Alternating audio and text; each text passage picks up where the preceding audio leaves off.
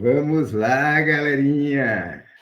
Feliz de ter chegado aqui com vocês na última aula sobre plantas forrageiras, né? Então, hoje vamos falar sobre sistemas silvipastoris, né?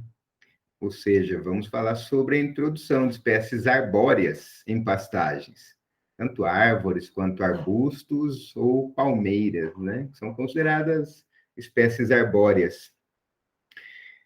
Então, bora lá. Essa área aí, essa foto que eu estou mostrando, eu fiz um curso no final de 2019, na Embrapa Campo Grande. Aí nós fomos nessa unidade demonstrativa, né? Sistema silvopastoril com braquiária e eucalipto. São testando também aí variedades de eucalipto, né? E nesse tratamento do experimento aí, uma área com 28 metros entre os renques, né? Que no caso, renques com 3 linhas de eucaliptos, né? Que estão espaçados aí de 2 metros, né? Entre eles na linha, né? E de 3 metros entre as linhas. Então, são vários experimentos pelo país aí nos últimos anos, avaliando tantas espécies florestais, né? Também o extrato herbáceo, né? O pasto em si, né? E o design, tanto espacial aí, né? Que nem linhas de 3, linha com 2 árvores, linha simples, variando as espécies, e também a questão do planejamento do design temporal, né? Que vai acontecer no espaço e no tempo nesses sistemas.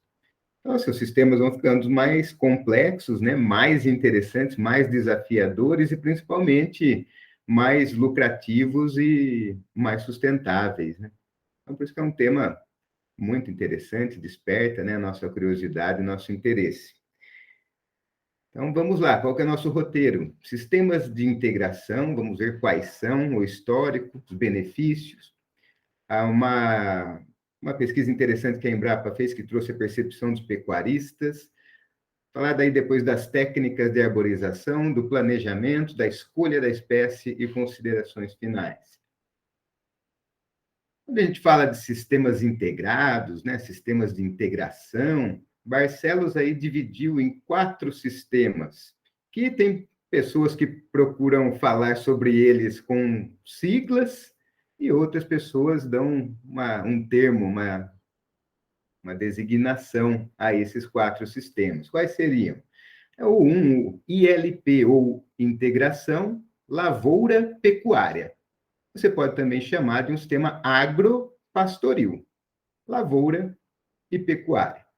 Ou sistema integração lavoura-floresta. Só tem lavoura e floresta. Então, sistema agroflorestal. Um sistema de integração pecuária-floresta. Aí, um sistema silvipastoril, né? O que a gente vai tratar mais em detalhes aí. E, por último, o sistema completo, né? Ou de integração lavoura, pecuária, floresta. Ou agro-silvipastoril. Certo? Bom, esses sistemas integrados, no passado, eles sempre foram utilizados, né? Hoje em dia, que a gente até, algumas pessoas pensam que isso é uma novidade, uma revolução tecnológica. Não, na verdade, estamos tentando retomar algo que no passado era o comum, né? Todas as fazendas aí, digamos, faziam tanto a produção de grãos, de lavouras, quanto a criação de animais, né? E integrando, na maioria das vezes, essas áreas, né? E essas atividades, né? Digamos assim, a mais óbvia que a gente pode dar de exemplo é a utilização do esterco, né? Da criação animal para utilizar nas lavouras, produção de milho, de feijão, etc., né? E aí foi a partir dos anos 50, né, aumento da população mundial, aumento da demanda por alimentos, que vem a Revolução Verde, né? E nesse processo todo aí, houve uma simplificação dos sistemas, porque houve uma especialização das propriedades, né? Então, você tem hoje propriedade que ela produz milho e produz soja, ponto. né? Isso de uma forma muito padronizada, né? Pacotes tecnológicos. Bom, toda essa corrida tecnológica sempre com o propósito de ganhos em produtividade. Isso foi muito marcante, né, dessa época para cá. E sempre acreditando que tendo mais produtividade se obtém mais rentabilidade. Atualmente, esse modelo vem se mostrando não tão interessante quanto se supunha para algumas pessoas, principalmente porque houve uma elevada dos preços de insumos, da energia, do trabalho, né? Esses processos simplificados, envolvendo uma, duas espécies, normalmente levam à queda da fertilidade do solo, a ocorrência, aumento da ocorrência de pragas e doenças. Isso vem reduzindo a margem de lucro e levando a problemas ambientais nas propriedades. Então, atualmente, alguns sistemas buscam aumento da eficiência em tudo, né? Do uso da energia, de nutrientes, da terra, do trabalho, montando sistemas de produção mais diversificados, ou seja, eles ficam mais complexos, porém mais estáveis, né?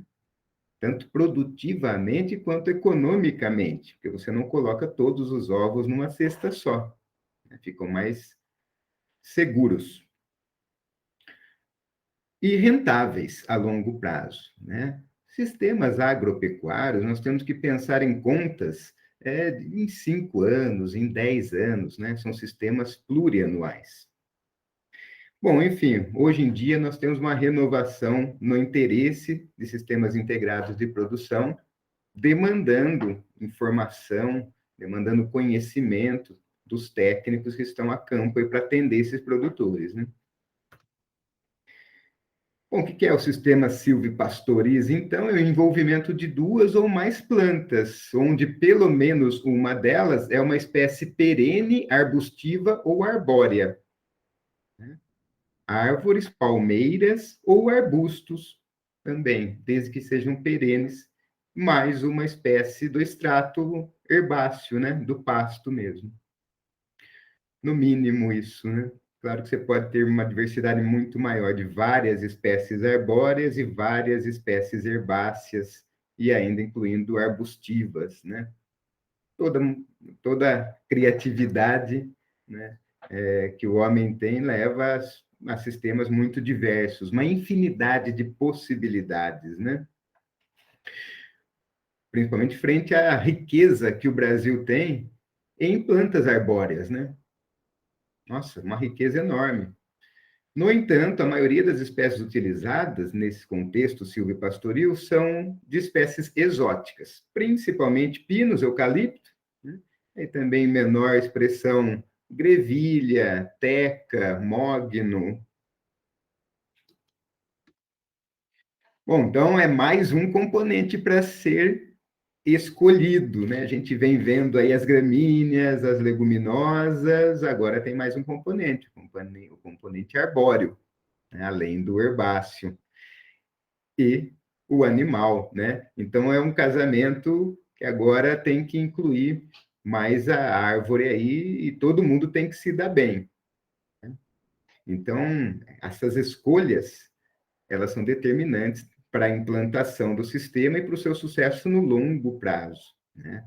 Temos que pensar, às vezes, como que é a copa dessa árvore daqui 10 anos, né? Será que ela vai interferir muito no pasto?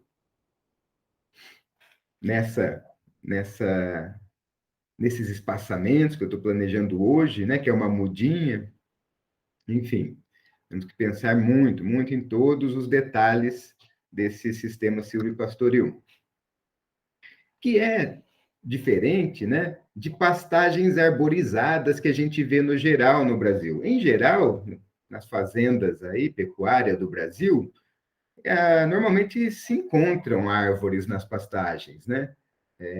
As pastagens são, de certa forma, arborizadas, né? Claro, existem pastagens sem nenhuma árvore, existem, mas a maioria das vezes tem-se deixado algumas árvores nas pastagens, né? Só que normalmente são numa densidade muito baixa, coisa de 5 árvores por hectare na média brasileira, né? Isso corresponde a uma cobertura do solo de 4 a 5% apenas, né? Então, os pesquisadores concluíram que isso seria insuficiente para atingir benefícios a todos os compartimentos do sistema, né? Benefícios para o solo, benefício para a planta e benefício para o animal, né? E ainda benefícios para a atmosfera, né? Esse seria o objetivo do sistema silvipastoris. Então, essas pastagens arborizadas de baixa densidade, a gente não pode falar que é um sistema silvipastoril mesmo. Então, o que é um sistema silvipastoril por conceito, por definição, né? Segundo os estudiosos, é uma cobertura arbórea que varia entre 10% a 40% do solo, né? Então, você calculando a copa das árvores, o quanto ela, né, ocupa de cobertura do solo, né, uma cobertura de pelo menos 10% para a gente considerar um sistema silvipastoril e ter o potencial de benefícios para todos os sistemas, para todos os compartimentos desse sistema. E essa cobertura do solo, entre 10% e 40%, né, a gente teria que organizar nessas árvores para gerar aí um sombreamento, né, entre 30% e 40%, um sombreamento do pasto. Acima de 40% de sombreamento, a gente já prejudicaria um pouco a produção vegetal e teria taxa de lotação reduzida, né? Bom, classificando então os sistemas silvipastoris, né, a gente teria aí sistemas silvipastoris que são temporários e sistemas que são permanentes, né, realmente com os três componentes aí, né, a todo momento. Bom, quem que seriam esses sistemas temporários? São normalmente os maciços florestais, né? É como se chama as plantações densas de eucalipto, de espécies florestais, né? E aí é temporário por quê? Porque se usa os animais somente num período e com foco ali em somente utilizar os animais para fazer um controle da vegetação herbácea, que aí, no caso de um maciço florestal, né, e os agrônomos lá vão interpretar como as invasoras desse maciço florestal. E aí se utiliza os animais para o controle dessas invasoras, então, né? O foco nesses sistemas é o componente arbóreo. Nos sistemas silvipastoris permanentes, já o foco depende um pouco dos objetivos. Tem sistemas em que o foco é o animal, né? Se dá, então, se prioriza sempre o componente animal, o componente herbáceo. Em outros sistemas, o foco também é mais um componente arbóreo, e aí variam os objetivos desse componente arbóreo também, né, nesses sistemas permanentes. São vários produtos madeireiros, né, possíveis de serem obtidos. Então, normalmente, os sistemas permanentes, eles vêm de propriedades que são pecuárias, né, e querem adotar o sistema silvipastoril, né, e menos de propriedades que são agrícolas, né, e querem entrar na pecuária, normalmente. Bom, esses sistemas permanentes, eles podem ser regenerados ou plantados. O que é isso? O que é os regenerados? Bom, o regenerado você não vai plantar, você vai conduzir a regeneração natural de uma pastagem que ainda tenha um banco de sementes suficientes de espécies nativas, né? Então, em áreas mais novas de abertura, como no norte do país, né, você ainda tem no solo um banco de sementes das espécies nativas e que algumas regeneram, né, conseguem rebrotar numa sucessão, né, natural aí, e é possível conduzir essas espécies para você estabelecer um sistema com mais de 10% de cobertura dessas plantas nativas em regeneração. Já os sistemas plantados, normalmente, são estabelecidos no momento em que a pastagem se degrada, você vai reformar a pastagem, e aí vai se plantar as árvores junto com o pasto, ou as árvores junto com uma lavoura temporária, né, onde depois será estabelecida a pastagem. Então, é feito o plantio simultâneo das árvores com uma lavoura ou já com uma pastagem. Ou o plantio em áreas de pastagem já estabelecidas, onde a gente vai ter que daí fazer um controle da vegetação nos locais em que a árvore vai ser plantada. E proteger essas árvores até, né, que os animais não provoquem dano ao componente arbóreo. Ótimo! Quais são os benefícios ou as vantagens potenciais desses sistemas, né? Porque realmente para alcançar as vantagens potenciais aí, muita coisa tem que dar certo. Bom, mas são os benefícios: sombra, o que gera maior produtividade animal, controle da erosão e aumento da fertilidade do solo, valor nutritivo elevado, se aumenta na forragem, né? Uma suplementação vinda das próprias árvores, cerca viva e quebra-ventos, biodiversidade, o aumento, né, da biodiversidade na área.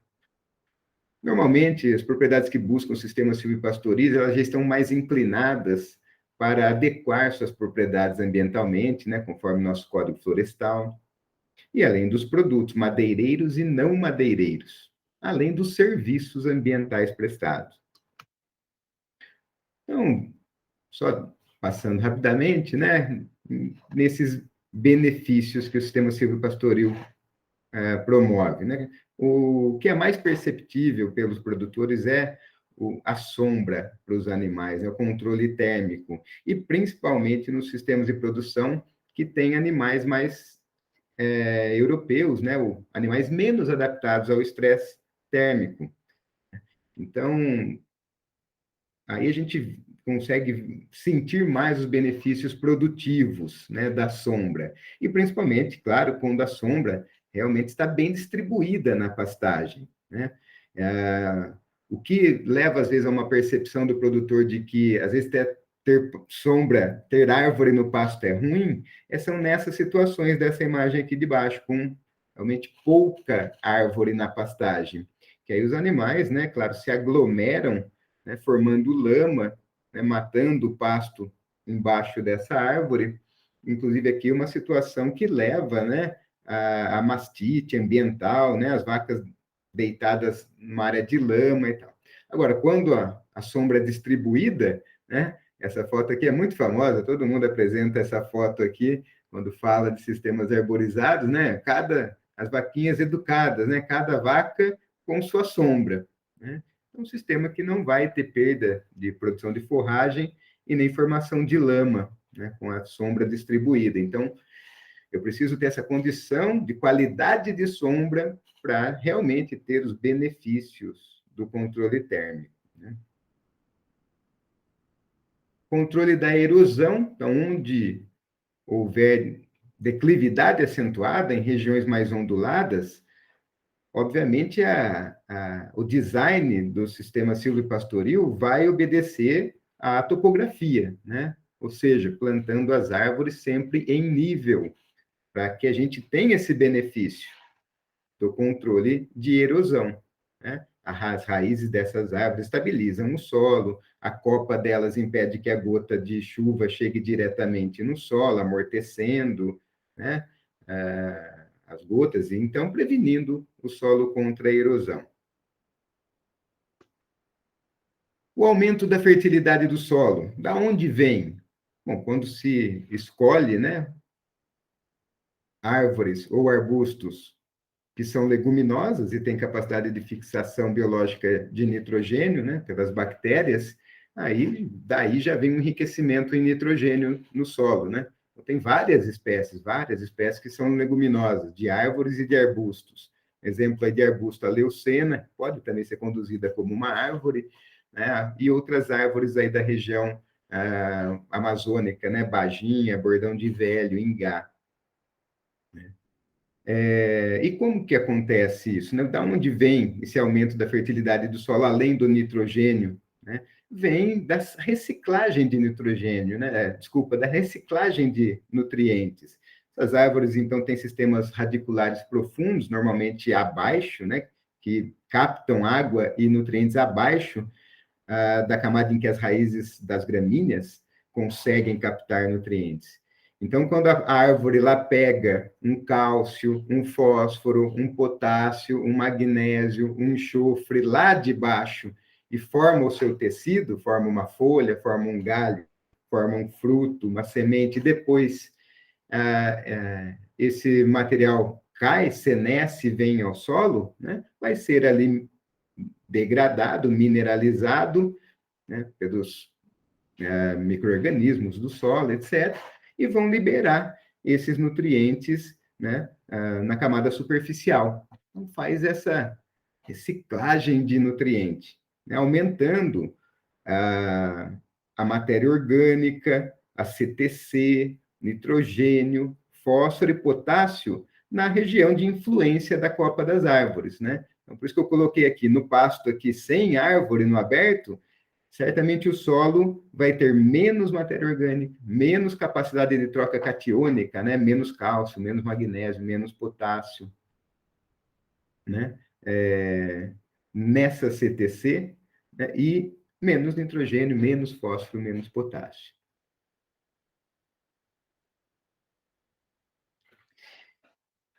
E como que os sistemas integrados podem influenciar no valor nutritivo do pasto? Isso aumenta a qualidade do pasto?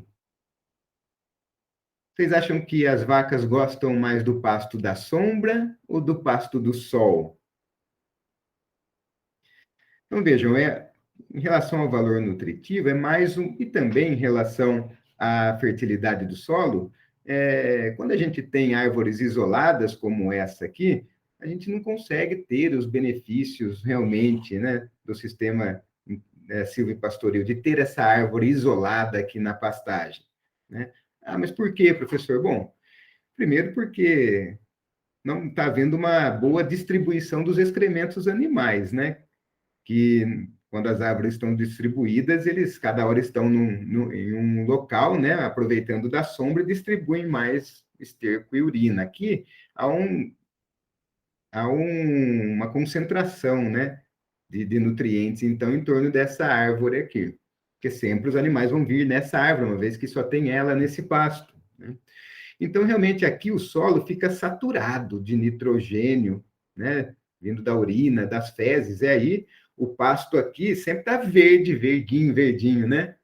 E, no entanto, se os animais estiverem com um bom manejo, né? Não estiverem com falta de pasto, eles costumam largar para trás esse pasto aqui que está na sombra, que tem, ó, muito mais proteína do que o pasto que está lá no sol, né? Então, isso realmente acontece. O pasto aqui que vai estar sombreado, né, ele acumula mais nitrogênio. Como não tem uma incidência também direta de raios solares o tempo todo, ele tem um período sombreado, há um menor espessamento da parede celular secundária. Lembram lá o efeito da irradiação na lignificação das paredes celulares? E aí também aqui o pasto tende a ser mais digestível, né? Bom, mas no entanto, principalmente nessa condição em que acumula muito nitrogênio, a planta absorve muito nitrogênio, algumas espécies podem levar a um acúmulo excessivo de nitrato. Lembram lá?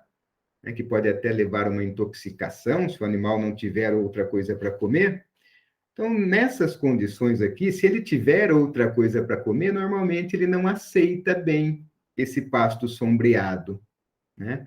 Tanto pelo acúmulo maior de fezes e urina nessa região, como também pelo acúmulo, né, dessas substâncias que são tóxicas. O animal tem um efeito pós-ingestivo lá e percebe isso. Então, nessas condições, a gente não tira muitos benefícios de ter uma árvore no pasto lá em relação ao valor nutritivo, certo? Agora, quando num sistema silvopastoril, né, que você tem até a sombra se movendo, né, não fica o sombreamento direto ali no pasto, isso é diluído, né, então veja aqui, né? As vacas pastejando tanto na sombra, como pastejando no sol. Né? Suplementação natural, o que seria? Seria, né, os animais consumirem os frutos, as vagens, as folhas produzidas por essa vegetação arbórea agora. Um exemplo mais tradicional que nós temos é da algaroba, no Nordeste, é uma árvore frondosa aqui, né, que produz essas vagens e que todas as espécies animais aí aceitam muito bem, consomem bem. E ela pode produzir até 200, 250 quilos de vagem por árvore.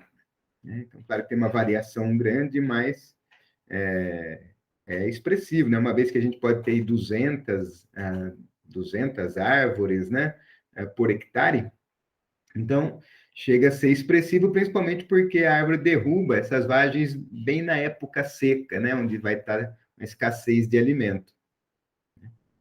Existem outras opções, né, que também produzem frutos comestíveis, aí, como a bajinha, o bordão de velho, a jurema, né? E além de uma suplementação também para abelhas, né, na produção de mel. Várias dessas árvores são apícolas. Benefício aí de poder usar essas árvores como cerca viva e quebra-vento, muito interessante, né? Então, realmente, a gente pode utilizar, né, e na maioria das vezes vamos utilizar essas árvores dispostas em renques, como está aqui nessa imagem, né, em vários arranjos, né, e é claro que, imagina que nessa pastagem aqui, a questão de velocidade do vento, né, então, que desidrata o solo mais rapidamente, tudo é muito maior, né? A velocidade do vento aqui nessa área aberta do que numa área que tem esses renques. Né? Então, aqui a gente tem o benefício de conservar a umidade no solo e a gente ter forragem por mais tempo aí quando a seca vai chegando. Né? Além disso, também em locais frios, né? Esse quebra-vento dá mais conforto térmico aos animais, né? Fica mais quentinho nesse ambiente que tem esses quebra-ventos. Então, esse seria um potencial benefício. O outro seria cerca viva mesmo, né? A substituição dos palanques por uma espécie arbórea, né? Onde você vai fixar os fios da cerca nessa espécie arbórea. Então, tem algumas espécies que se prestam bem para isso, ó. A glericídia, o mulungo mole, o sabiá, o cajá, né? Porque são espécies que, principalmente, você pode plantar esses mourões, essas estacas, e elas enraizam e brotam, né? Ou realmente plantar por uma muda, né? Perto da cerca que você já tem, que está velha lá quebrando, né? E daí no futuro você não vai precisar comprar mourões, né? Instalar mourões, você vai utilizar já a sua cerca viva para esse fim. Né? Como está aqui essa cerca viva aqui de glericídia, ó. Veja que os arames estão diretamente nela e ela ainda vai fornecer forragem para os animais, né? E também, dependendo da distância entre as cercas, aí, servir como quebra-vento. Assim, o aumento da biodiversidade, né, é nítido, é bastante óbvio em termos vegetais, mas também ocorre aumento da biodiversidade animal, geral. Experimentos já constataram que nessas áreas silvipastoris a população de aves é 3 vezes maior do que em áreas não silvipastoris. Então, essas aves, né, e essa maior diversidade em geral, é um controle biológico, né, contra pragas, doenças, parasitas enorme, né? Tem mais garça carrapateira, tem menos carrapato no rebanho, né?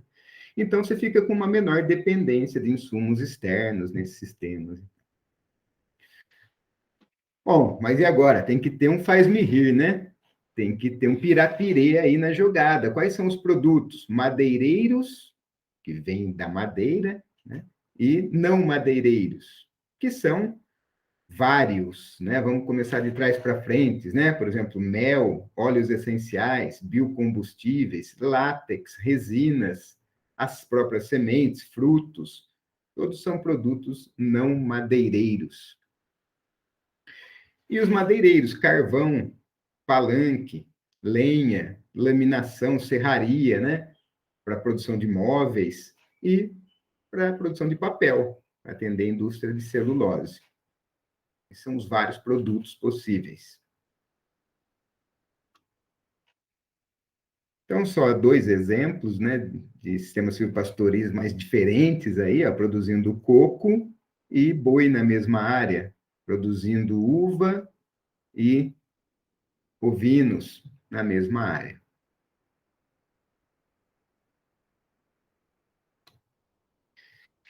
Legal, então, diante de todos esses benefícios, qual é a percepção dos pecuaristas?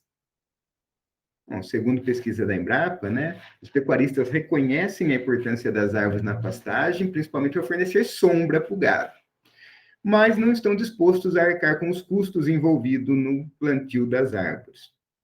Não estão totalmente convencidos de todos esses benefícios que acabamos de ver. Então, é preciso demonstrar, né, que a arborização de pastagens é mais do que sombra para o gado, que tem muitos outros benefícios, né? E aí, muito interessante, as vitrines tecnológicas que são montadas, né, pela Embrapa e por outras instituições de extensão de pesquisa.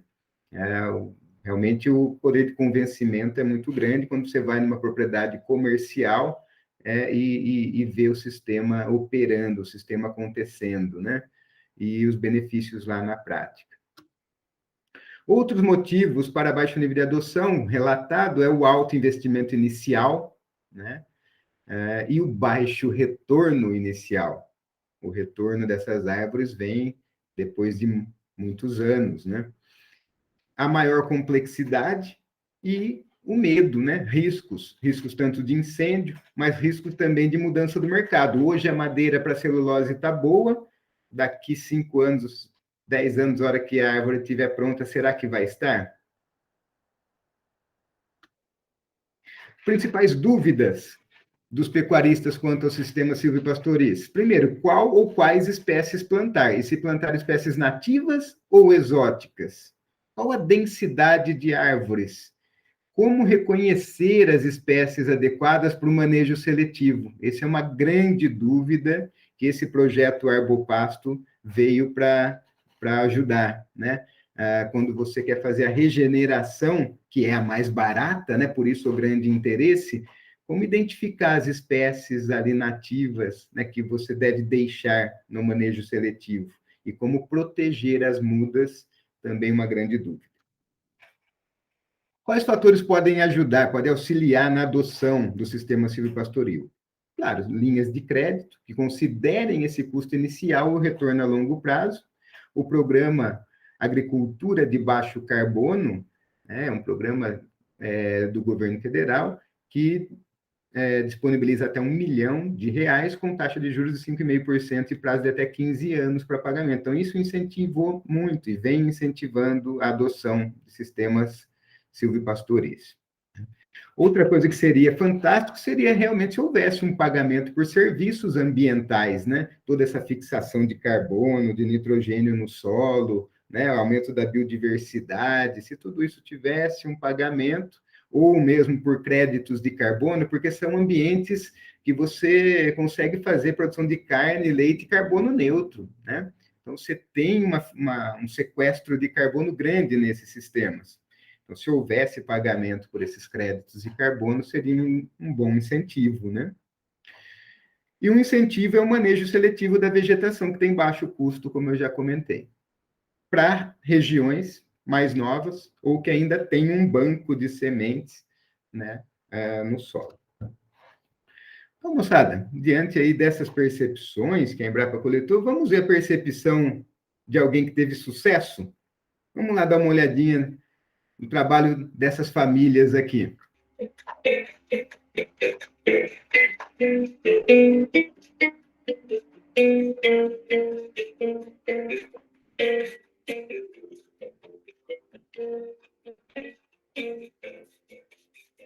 Uma família de produtores rurais familiares do sudoeste do Paraná revolucionou a gestão da propriedade, abriu as portas para a pesquisa florestal e a extensão rural Implantou a integração Lavoura-Pecuária-Floresta, ILPF, e hoje colhe os frutos desta opção de uso da terra. A primeira mudança foi gerencial.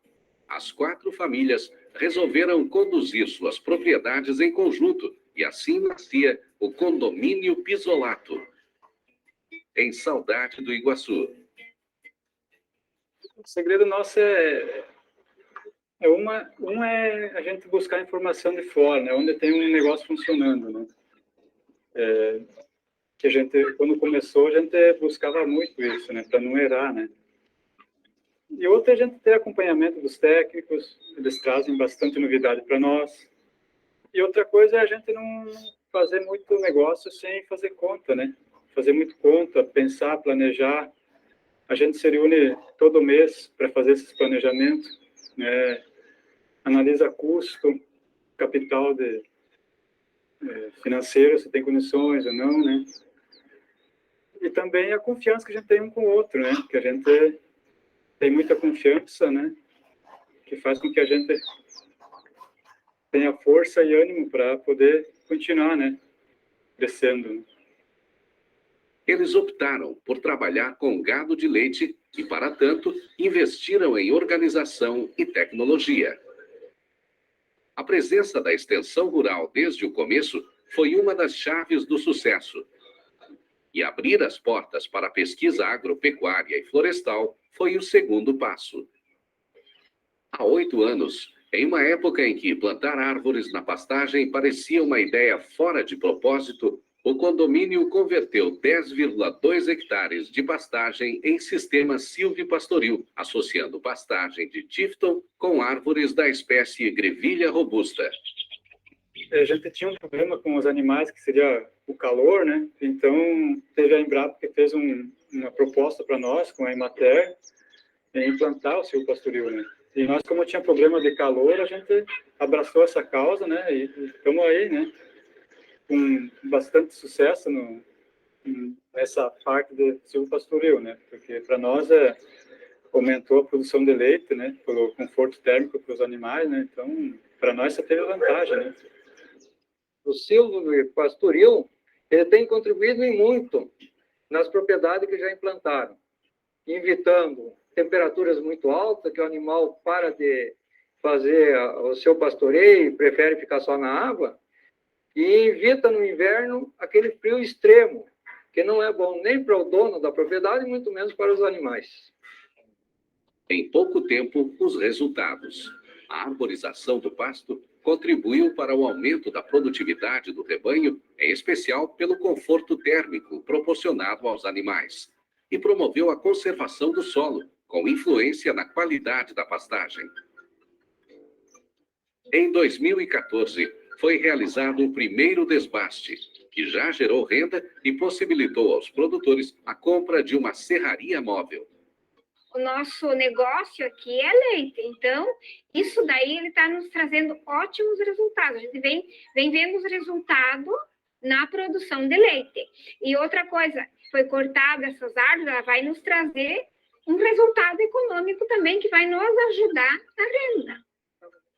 Como contrapartida pela assistência técnica e pesquisa realizadas, os produtores fizeram toda a adequação ambiental da propriedade, com a recuperação das florestas ciliares e da reserva legal, recompondo padrões ecológicos naturais da região.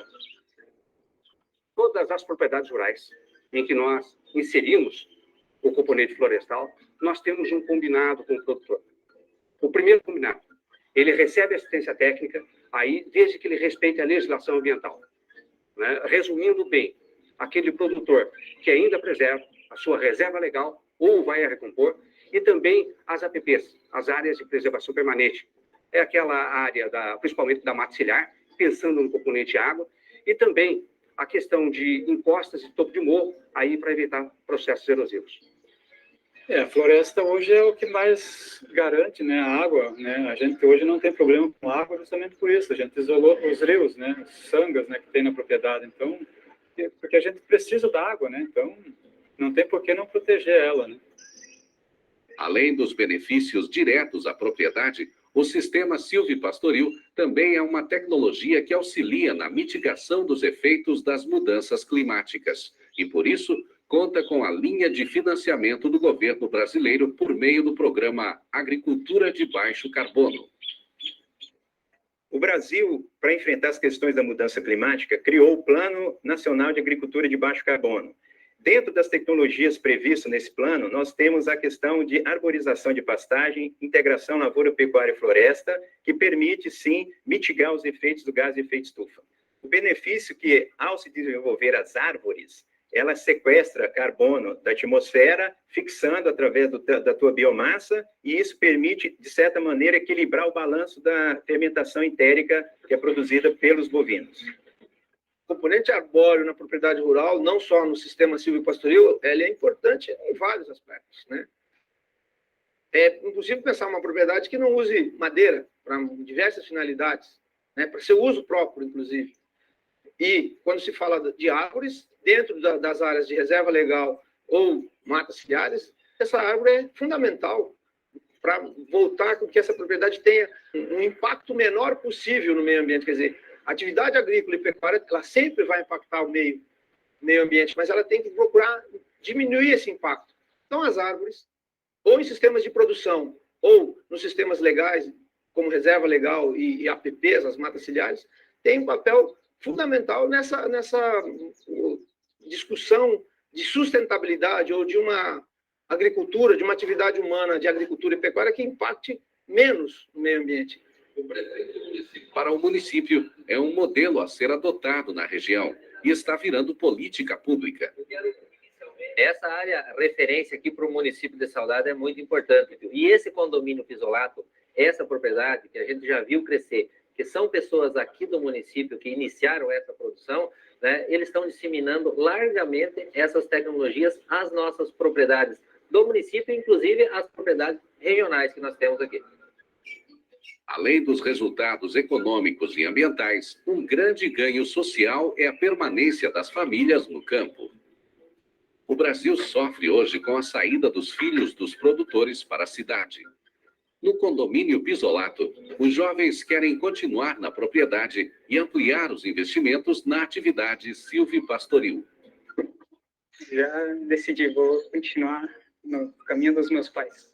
Bom de se trabalhar aqui, né? Perto da família, né? E todo mundo toma as decisões junto, né?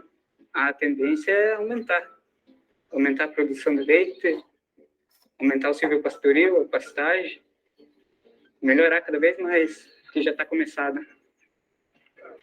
A experiência no condomínio Pisolato também mostra que quando a pesquisa, extensão e produtores rurais trabalham juntos, os resultados são bastante satisfatórios e a floresta passa a ser uma aliada do produtor rural. Eu acho que aqui é um exemplo de sucesso, né? Desde a integração entre os órgãos de pesquisa e uma entidade de extensão, a participação ativa da família, querendo fazer as coisas ocorrerem. Há 13, 14 anos atrás, quando se iniciou esse trabalho, você tinha uma família, como todas as outras do meio rural, pensando em abandonar a atividade.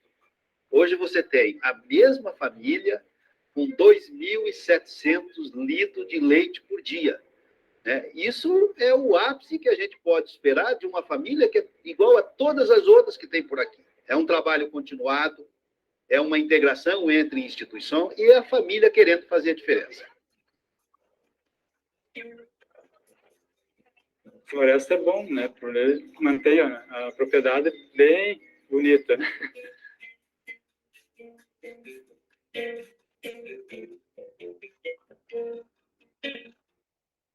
Então vamos lá, turma, vamos ver como que seriam as técnicas para fazer essa arborização e conseguir esses resultados potenciais, né? Então, basicamente, essas 3 técnicas: condução da regeneração natural, aquela mais barata, onde é possível, né? Plantio de mudas em pastagens já estabelecidas, um grande desafio, ou partir para um sistema agro-silvipastoril, ou seja, aproveitar o período em que as árvores estão formando, né? Estão tendo crescimento inicial com uma lavoura, né? E depois vem o plantio, o estabelecimento da pastagem, no momento em que as árvores já têm um diâmetro de caule, que não vão ser mais danificadas pelos animais. Começar pela regeneração natural. Então, é o método mais econômico, você não tem os custos ali com produção de mudas, né, com sementes, com todo o estabelecimento, com todo o plantio, né, se aproveita do banco de sementes das áreas. Então, nessa foto aqui, essa foto é da fazenda que eu trabalhei no Paraguai, e lá eles faziam essa regeneração natural. Então, uma área aqui que tinha por volta de 8 anos de aberta, 8, 10 anos de aberta, né, e foi feito, então, a seleção, né, daquelas espécies de interesse para fazer a arborização da pastagem, e nos procedimentos de controle de invasora, né, essas mudas, essas árvores foram preservadas, né? Então, todo um trabalho ali apenas de identificar quais as espécies são desejáveis e instruir as equipes de trabalho de controle de invasoras, né, que vão passar os herbicidas, os defensivos agrícolas, né, a evitarem essas mudas. Outra coisa importantíssima para se ter essa regeneração natural é você favorecer a regeneração, né? Ou seja, primeira coisa, não ao superpastejo, né? Numa situação de falta de forragem, os animais vão consumir o que tiver na área, né? E mesmo essas espécies que às vezes não são muito aceitas quando tem forragem abundante, elas passam a ser consumidas pelos animais. Então, você fazer um bom manejo do pastejo, né? Ajuda a essa regeneração natural. Agora, espécies que você queira que ela regenere e elas sejam palatáveis, aceitas pelos animais, aí nós temos que fazer, de alguma forma, uma proteção dessas mudas na área. Então, aqui, né, seria uma situação aqui dessa, né, uma abertura de área nova na região amazônica. Então, nos primeiros anos depois da formação da pastagem, né, como dizem na região, né, a juquira vem forte, ou seja, as plantas invasoras, indesejáveis. Mas, claro, ali tem um monte de árvore que seria interessante ter na pastagem. Então, seria um trabalho de identificação quais as árvores vão ser deixadas, né, e permitir essa regeneração.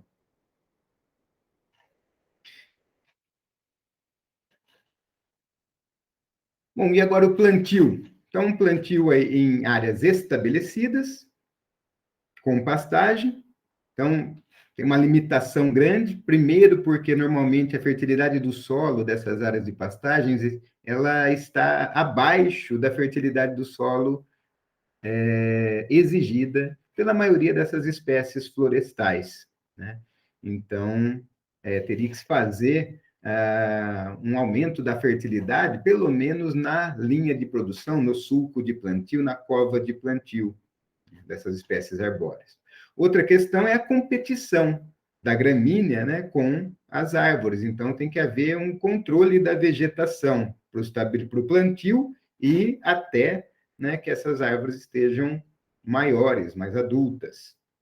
E, claro, proteger essas mudas dos danos pelos animais, né? Os animais nessas pastagens, principalmente que não têm árvores, nossa, eles procuram qualquer cupinzeiro, palanque na porteira para se coçar, né?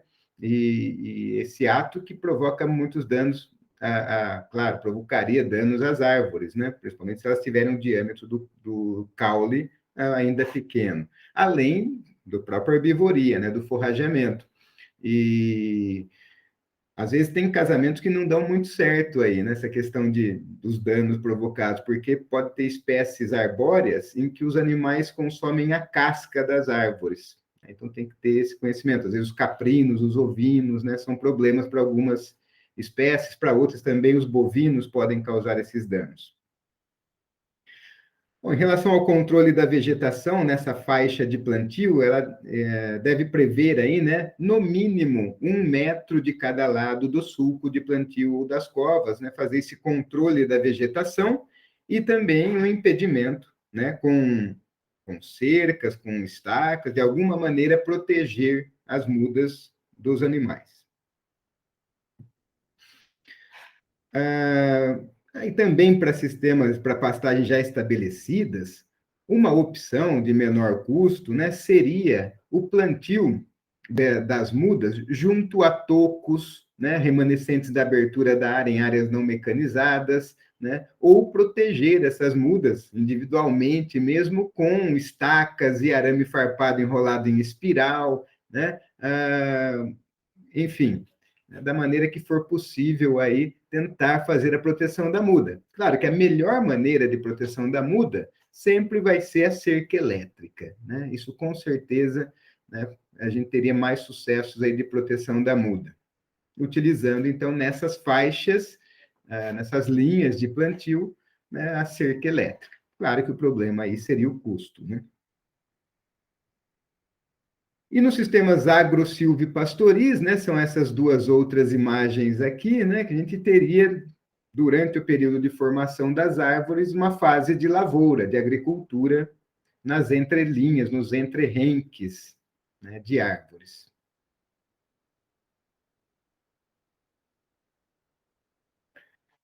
Etapas a serem planejadas. Então, primeira coisa, escolha das espécies, né, arbórea, herbácea e animal, né, ou das espécies, né?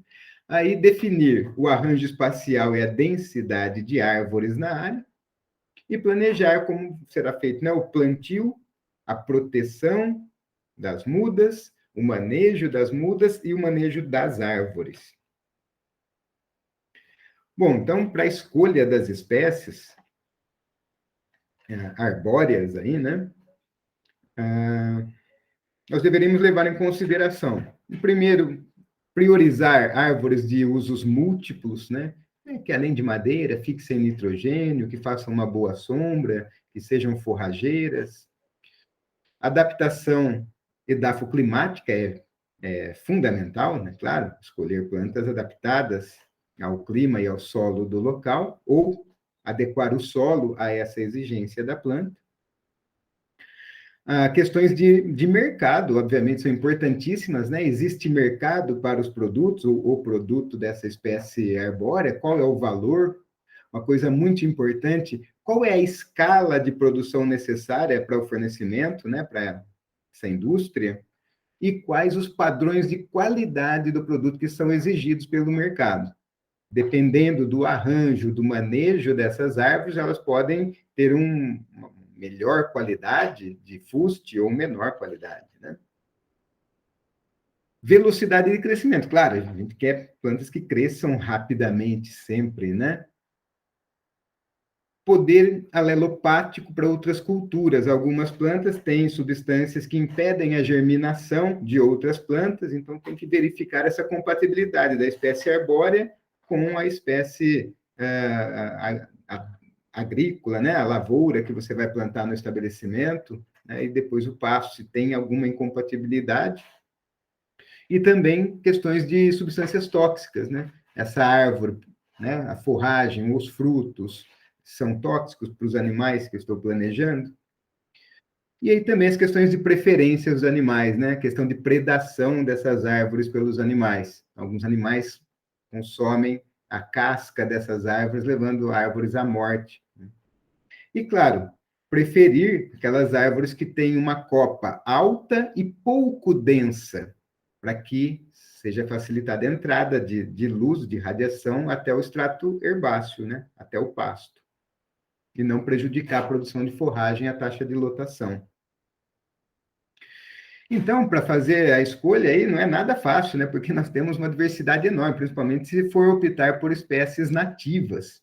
Então, eu trago aqui essa tabela, né, que tem uma lista de espécies utilizadas em sistemas silvipastoris, com espécies de clima frio e de clima quente, ou espécies que vão tanto em clima quente e frio, como aqui o eucalipto, né, o pinus, ou espécies, você está no sul do país, né, tem que ver se a espécie aguenta as questões de geada de baixas temperaturas. Então, nessa lista aqui, você encontra algumas opções: a acácia negra, a acácia preta, angico branco, a araucária, né, casuarina, uva do Japão, bracatinga, espécies adaptadas a clima frio. E é clima quente, várias outras, né? Tem a cássia também para clima quente, a albízia, angico vermelho, nim, siripiruna, cratilha, gliricídia, grevilha, ingá, mogno, leucena, amoreira, pau de balsa, angico, canafístula, teca, cedro australiano. Então, várias opções aí. E no aplicativo Arbopasto, ele traz uma lista de 51 espécies arbóreas para o bioma amazônico. E é legal porque nesse projeto os pesquisadores eles abordaram espécies nativas que já ocorrem nas pastagens da região do Acre e de Rondônia, né? Então são espécies que já têm uma adaptação para viver nesses ambientes de pastagens. E lá você tem então essas 51 espécies arbóreas, né, com um sistema bacaninha de filtro, né, conforme as características que você deseja, vai fazendo, então, um afunilamento para facilitar a escolha da espécie. Bom, então, existem outras publicações também, né? Aqui, essa publicação da Embrapa, né? Árvores nativas para o bioma cerrado. Eu vou deixar disponível para vocês, assim como essa outra publicação, que explica, né? Como que funciona e apresenta as características aí dessas espécies lá para a região amazônica, né, e fala sobre o aplicativo Arbopasto. Bom, escolhida a espécie, ou as espécies, a gente vai para planejar quantas árvores por hectare vamos colocar, né? Para que elas estejam aí nessa proporção de 10% a 40% da ocupação do solo, né? E que gere aí até, no máximo, 40% de sombreamento da pastagem. Então, isso depende, em primeiro lugar, da finalidade do produto florestal. Então, se você está lá, uma espécie em que você deseja colher, ao final, um eucalipto, por exemplo, uma madeira grossa para servir à indústria, né, moveleira, para serraria, para laminação, será necessário maiores espaçamentos para que as árvores engrossem mais o tronco, né, e tenham um tronco de melhor qualidade. Então, se utiliza menores densidades de árvores, em geral de 100 a 200 árvores por hectare, o que dá mais ou menos 50 metros quadrados por árvore.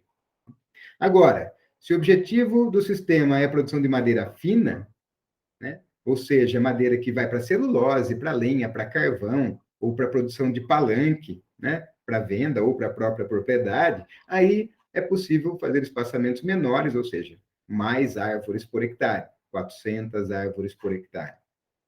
Só para a gente ter uma noção de comparação, né, um maciço florestal, como esse aqui, ele tem normalmente espaçamentos aí de 3x3, 3x2, né, o que dá de 6 a 9 metros quadrados por árvore. Então, nesses maciços, a gente tem mais de 1.000 árvores por hectare. Então, quer ver, dependendo do seu objetivo, a gente vai ter um tipo de arranjo, como está nessa imagem, né, da Embrapa, aí, dos experimentos da Embrapa. Tá? Bom, também tem esse comunicado técnico, aqui da Embrapa de Colombo, Embrapa Floresta, né, aqui no Paraná, que ele nos ajuda a fazer os cálculos, dependendo do arranjo, então, de, né, quantas linhas, distância entre linhas, distância entre árvores, né, distância entre os renques, a gente entrando com essas informações para conseguir, então, quantas mudas eu vou precisar, né, para aquele hectare. Beleza, então, determinado a densidade, nós vamos para o arranjo espacial dessas árvores, né? E o que a gente deve levar em consideração em primeiro lugar? Primeiro lugar é o declive. Se a área é declivosa, nós vamos, né, obrigatoriamente aí plantar essas árvores em nível para obter o potencial de controle da erosão. Então, assim como está nessas fotos aqui. Ah, mas eu queria plantar leste-oeste ou norte-sul. Não. É de acordo com a topografia, né? Controle de erosão, prioridade máxima. Bom, mas a área é plana, belezinha, né? Então, vamos pensar na orientação espacial. Vamos lá, se eu quero priorizar a entrada de luz no pasto, sombrear menos o pasto, eu vou pensar numa orientação leste-oeste, né? Que acompanha o caminho do Sol. Agora, nesse trajeto do Sol por cima do renque de árvores, eu não vou ter muita formação de sombra lateral, né? E aí eu não estou priorizando talvez tanto o animal. Então, se eu quero priorizar mais o animal, para em um período do dia eu ter sombra de um lado do renque, e no outro período do dia eu vou ter sombra do outro lado do renque, aí eu vou pensar numa orientação norte-sul dos renques. Bom, e a distância entre esses renques? Olha, tem que, em primeiro lugar, pensar nos maquinários, tá? Então, se você tem um pulverizador que vai trabalhar na fase ali de lavoura, na fase que está a implantação das árvores, e essa barra do pulverizador tem 14 metros, então a distância entre renques é de, no mínimo, 14 metros. Aí, se for maior do que 14 metros, no mínimo 28 metros, né? Tá entendendo? Então, sempre múltiplos do tamanho da largura de operação dos seus implementos, seja pulverizadores, distribuidores de calcário, de adubo, etc. Para você ter rendimento das operações mecanizadas, né? Redução de custos. Bom, e aí vem a questão lá das finalidades, né? Eu vou trabalhar com linhas simples ou linhas múltiplas de árvores no renque? Com apenas uma linha de árvore no renque? Né? Ou com 3, 4, 6? Ou vou trabalhar não com renques, mas com bosques, né? Plantando as árvores em bosques, distribuindo esses bosques nas pastagens, né? Aí o arranjo dentro dos bosques é de um maciço florestal, né? Sem exemplo, 3x2, 3x3, claro que isso vai depender da copa das árvores. A gente vai sempre determinar a distância entre as árvores na linha e entre as linhas conforme a copa dessas árvores, né? E também um sistema muito feito, né, e pensado pelos produtores é plantar as árvores acompanhando as cercas da propriedade, né? Tem os prós e contras aí também, né? Quando cai uma árvore, cai em cima da cerca, né? Bom, outra possibilidade de arranjo espacial é plantar essas árvores mesmo dispersas na pastagem. E aí o complicado é que você tem que ter um sistema de proteção individual, né, dessas mudas. Bom, então vejam aqui nessa imagem, né, ó, linhas duplas, né, linhas simples, maiores distâncias entre linhas, menores, né, utilizando aqui a cerca para plantar ao lado da cerca, né, então vários arranjos aí. Aqui um bosque, né, um formato de bosque. Bom, para funcionar, o quebra-vento, uma faixa de árvores não pode distar de outra mais do que 10 vezes a sua altura. É colocado essa regrinha aí, né? Que seria para a gente ter realmente essa função de quebra-vento na área, né? Então, imaginar uma árvore que vai ter 10 metros de altura, a distância máxima entre renques aí não deveria ser superior a 100 metros. Bom, e outra questão importante é a condução dessas árvores, né? Ou seja, você fazer o desbastes de árvores nas linhas, ou o desbaste completa de linhas, né? Raleando as árvores na área, isso para você deixar árvores com um tronco mais grosso para servir à indústria madeireira, para ter maior qualidade de fuste, né? Então, você pode fazer esse raleamento, aproveitando melhor a área, né? E primeiro você tira, então, uma madeira para carvão, você tira uma madeira para celulose e fica depois uma madeira com valor agregado maior, né?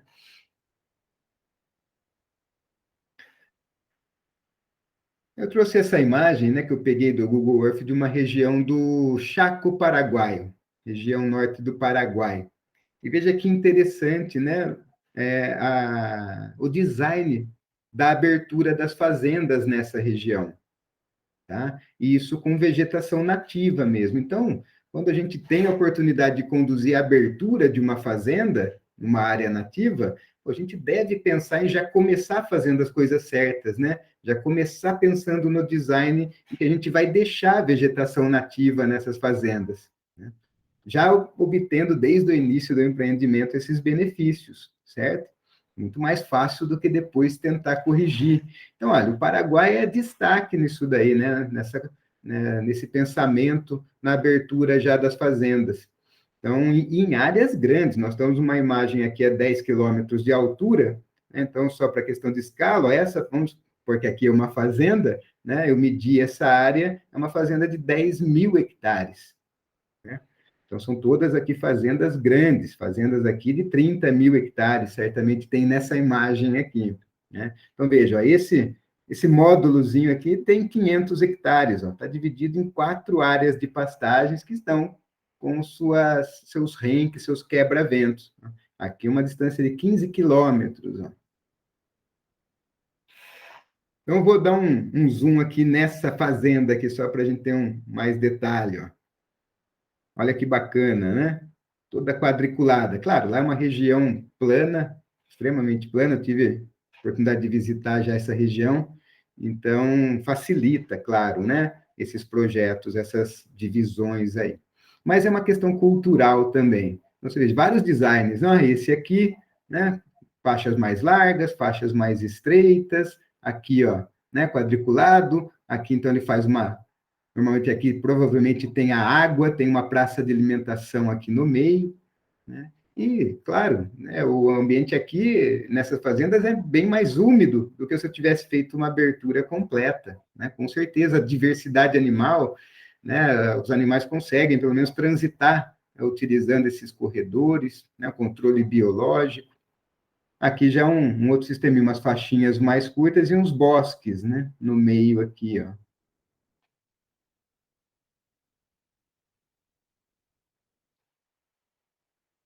Certo? Então, vamos agora para o planejamento do plantio, da proteção e manejo das mudas e árvores. Quando é feito o plantio? No início do período chuvoso, até no máximo meados desse período chuvoso. Passou da metade do período chuvoso, deixa para o ano que vem. Tá? A gente deve prever a adubação para o plantio, de acordo com a análise de solo e com a espécie arbórea. Fazer um controle de formigas na área antes mesmo de trabalhar o solo dessa área é importantíssimo, é um dos principais gargalos aí da formação, né, dessas árvores, do pegamento delas lá no campo, controle de formigas, principalmente em eucalipto, né? Um manejo interessante, importante de ser feito é a rustificação, e até tem a ver com as outras aulas, né, que nós falamos de ambientes inundados e ambientes semiáridos, que as plantas têm todo um mecanismo de se aclimatar, né? É importante ser feito isso com essas mudas, porque normalmente essas mudas são feitas, né, em locais, em estufas, né, que são sombreadas, que têm a irrigação. Então, se você pegar essa mudinha aí que está, né, nessa vida maravilhosa e jogar ela no campo de uma vez, não deu tempo dela se aclimatar e de desenvolver os mecanismos para suportar agora um déficit hídrico, para suportar uma insolação maior. Essas folhinhas aqui que nasceram na sombra, elas não estão com todos os mecanismos para aguentar essa irradiação. Então, é feito uma aclimatação das mudas 10 dias antes do plantio no campo. Então, vai se diminuindo um pouco da irrigação, vai se abrindo, né, o sombrite, se possível, para entrar radiação, né, durante um período antes do plantio. Bom, depois do plantio, né, a necessidade de ser feito o coroamento das plantas para evitar competição com a gramínea e depois a cobertura do solo da área aqui do coroamento com palha para reter umidade. Controle de plantas indesejáveis, né, com defensivos agrícolas, sempre que for necessário, com capinas, e a desrama ou a poda, que é importantíssimo para você ter maior entrada de luz na pastagem, né, como está sendo feito aqui essa desrama, e também para melhorar a qualidade do fuste, né? É feito esse processo de desrama, e aqui já é um momento que já entra um pouco de dinheiro, né? É possível vender essa desrama aí para fazer carvão, para lenha. Quando que acontece essa desrama, então, é quando na altura, no diâmetro do tronco, na altura do peito, ela é superior a 6 centímetros de diâmetro. Beleza, turminha? Mensagem final aí que fica, né? Separei 2 frases aqui, né? 2 textos, né? A primeira aqui do Dr. Rasmo Garcia: o solo tem vida e necessita estar coberto, ponto. A integração de espécies herbáceas, arbóreas ou arbustivas é o caminho a ser seguido. Os monocultivos sempre trazem riscos, sejam culturas anuais ou florestas plantadas. É isso aí, ó. Práticas agrícolas sustentáveis, conceito de sustentabilidade sob o ponto de vista agrícola, né? Gostei desse conceito aqui, né? Que foi um artigo publicado na Nature, né? Ó, práticas agrícolas sustentáveis são aquelas que atendem às necessidades atuais e futuras da sociedade por alimentos e fibras, por serviços ambientais e por uma vida saudável, e que atingem esses objetivos maximizando o benefício líquido para a sociedade, quando todos os custos e benefícios das práticas são considerados, né? Eu gosto dessa definição porque eu penso assim: para preservar tem que dar lucro. A aula de hoje foi baseada, então, no Guia Herbopasto, né? Eu adorei aí essa literatura, e principalmente porque tem aí uma de suas lideranças, né? A Ana Karina Dias Salman, que é uma zootecnista, né? Trabalhando com esse tema tão lindo aí de arborização de pastagens. Gente, obrigado pela atenção, pela paciência aí. Agora eu vou passar para vocês, ver se tem alguma dúvida, alguma pergunta, algo a acrescentar, uma correção.